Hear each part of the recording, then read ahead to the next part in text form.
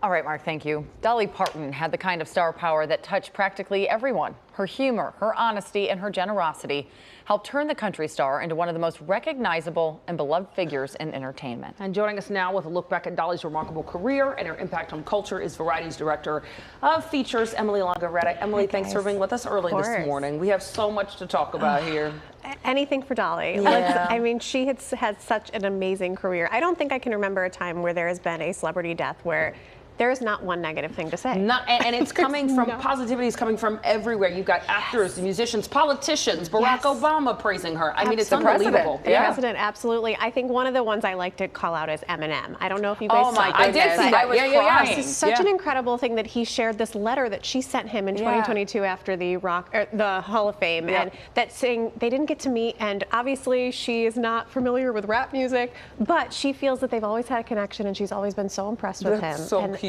And he said it meant so much to him that they never even got to meet, but it just shows one tiny way that she touched so many people. Well, I think that's the thing for me that's kind of been the interesting uncovering of all this, is that, like, you knew she was Miley Cyrus's godmother, but you didn't know she was writing letters to Eminem. You knew that she had the imagination library, but you didn't know how many people she had touched with that. I mean, it's just I didn't know she was an executive producer of Buffy the Vampire Slayer. Right. We all went down the rabbit hole yesterday, and I think it is baffling how much she did and how many lives she touched. When you see all of that, though, it makes sense why all these people have tributes to her. Absolutely. I mean, for the last 40 years, she has been doing so much philanthropic work. She's been donating things from literally since the early 80s. Right. Every time there is something that happens in the world, whether it's a fire, whether it's, something at a school, she steps up and creates these foundations. She's donated millions and millions of dollars. She's gone out and done the work. It wasn't just writing a check. It was creating the Imagine Library. 300 million books donated through the years to kids that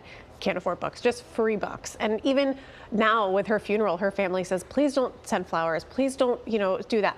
Please just donate a book or two, because I mean, that's her what father she could wanted. read. It was, I mean, I think that's the thing about her too that everyone keeps saying is that she became this mega star, but she never forgot where she came from. I think that's been in everybody's tribute. Absolutely. I think one of the things we keep saying is people are sad, but you can't not smile when you're talking about her, because her kindness was something that, I mean, it was contagious. Anywhere she went, no matter what it was, her kindness, her goodness, her heart.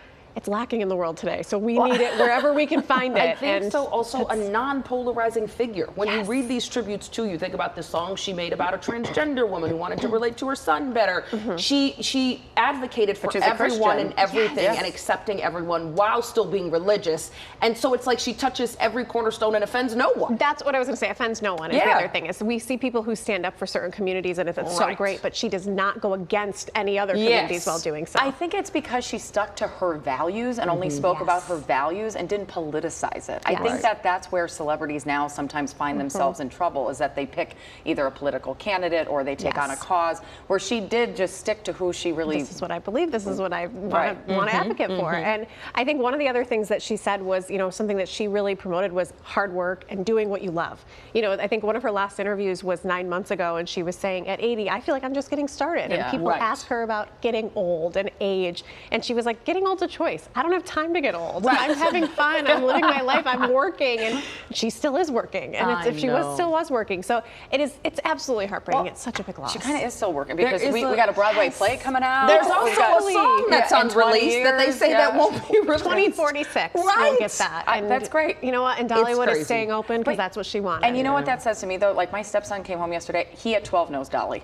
We know Dolly. My mom was upset about Dolly. Everybody knows. Generation. It was one of those days on social media where everyone was sad about the same thing, and I haven't seen that in a very long time. But in 2046, Archie will be 30.